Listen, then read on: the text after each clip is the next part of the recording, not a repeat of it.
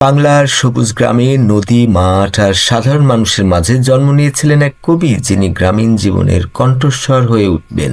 তার নাম জসীমউদ্দীন। মানুষ তাকে ভালোবেসে ডাকত পল্লী কবি, গ্রামের কবি। তিনি জন্মগ্রহণ করেন 1 জানুয়ারি 1903 সালে ফরিদপুর জেলায়। তার বাবা ছিলেন একজন স্কুল শিক্ষক। শৈশব থেকে তিনি গ্রাম জীবন খুব কাছ থেকে দেখেছেন।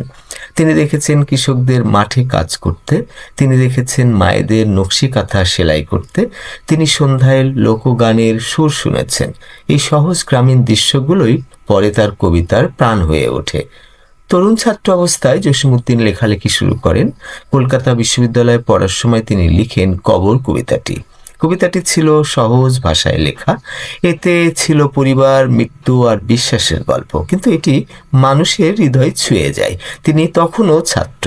সেই সময়ে কবিতাটি স্কুলের পাঠ্য বইয়ে অন্তর্ভুক্ত হয়।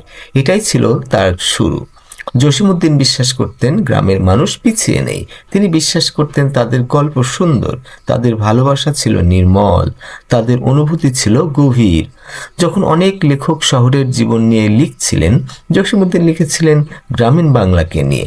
তিনি গ্রাম থেকে গ্রামে ঘুরে বেরিয়েছেন। তিনি বৃদ্ধ গায়কদের গান শুনেছেন। তিনি সযত্নে সেসব গান লিপিবদ্ধ করেছেন। তিনি 10,000-এরও বেশি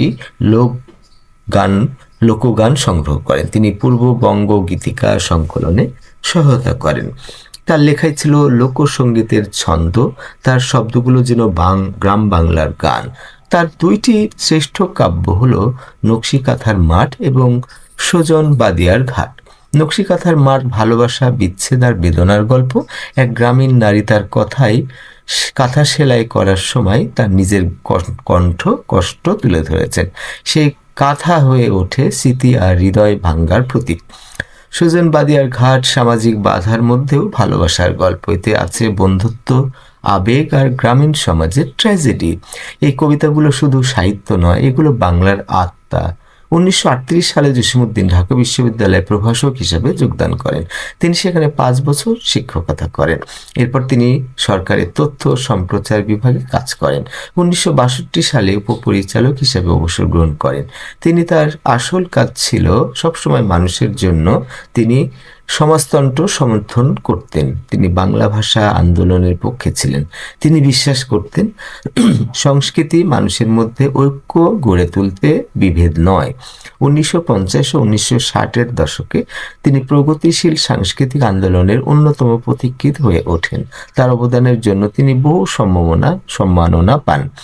1958 সালে প্রেসিডেন্টের award for pride of performance, 1976 সালে 21 পদক এবং 1978 সালে মরণোত্তর স্বাধীনতা দিবস পুরস্কার পান। 1974 সালে তিনি বাংলা একাডেমি পুরস্কার প্রত্যাখ্যান করেন। এতে তার দৃঢ় নীতির পরিচয় পাওয়া যায়। 14 মার্চ 1976 সালে তিনি মৃত্যুবরণ করেন। ফরিদপুরের গোবিন্দপুরে তার পৈতৃক বাড়ির কাছে তাকে সমাহিত করা হয়, কিন্তু তার কণ্ঠস্বর কখনো নিঃশেষ হয়নি।